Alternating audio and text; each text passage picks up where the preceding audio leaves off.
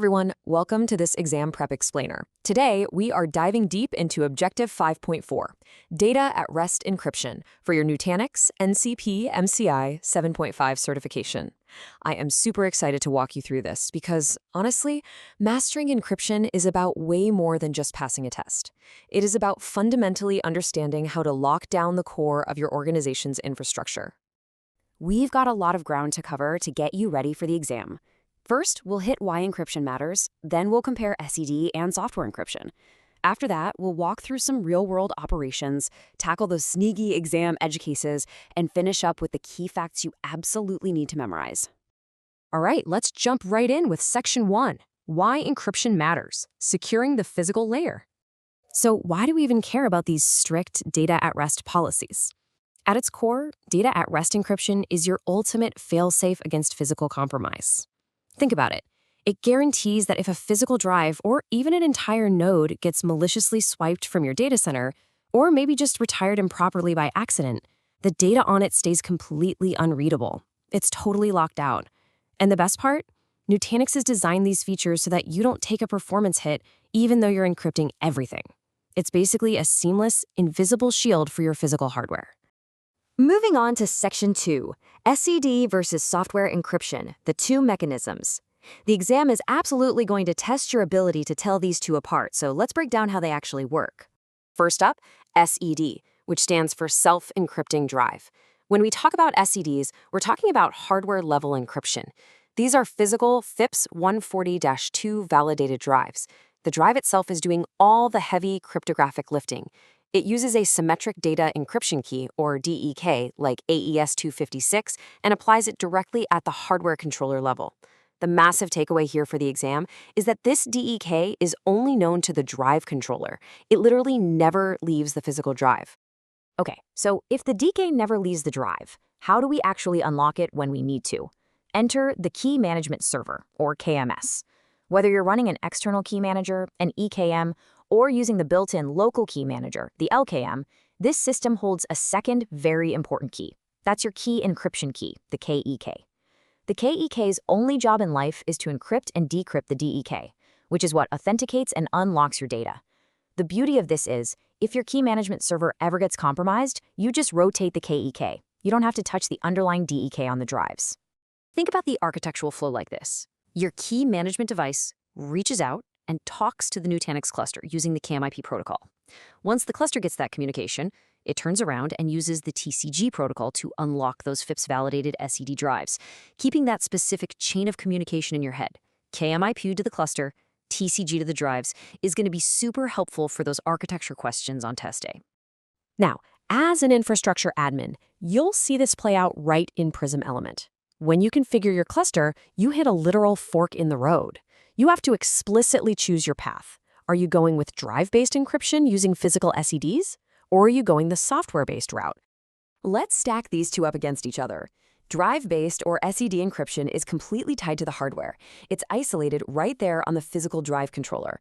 On the flip side, Oz software-only encryption uses standard AES-256, but it processes everything at the software layer. That makes it hardware agnostic, meaning you can run it on pretty much any standard drive type. Plus, with software encryption, you get the flexibility to use either the Nutanix native key manager or an external KMS. Real quick, before we move to the next section, we need to clear up an acronym that trips up a ton of candidates. LUKS, or Linux Unified Key Setup.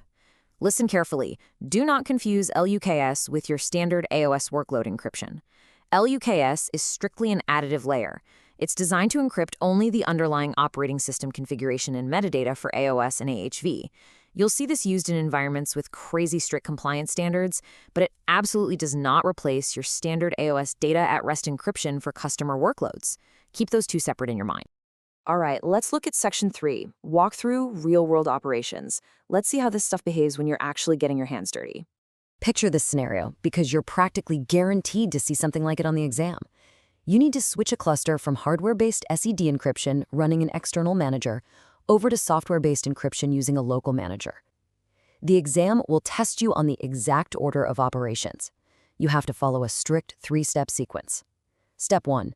You configure software-only encryption using the external KMS. Step 2. Once that's fully applied, you disable the SED encryption, dropping protection at the hardware level. And step 3, finally, you switch your key management server from the external KMS over to the local key manager. So why that specific strict order? It's all about security continuity.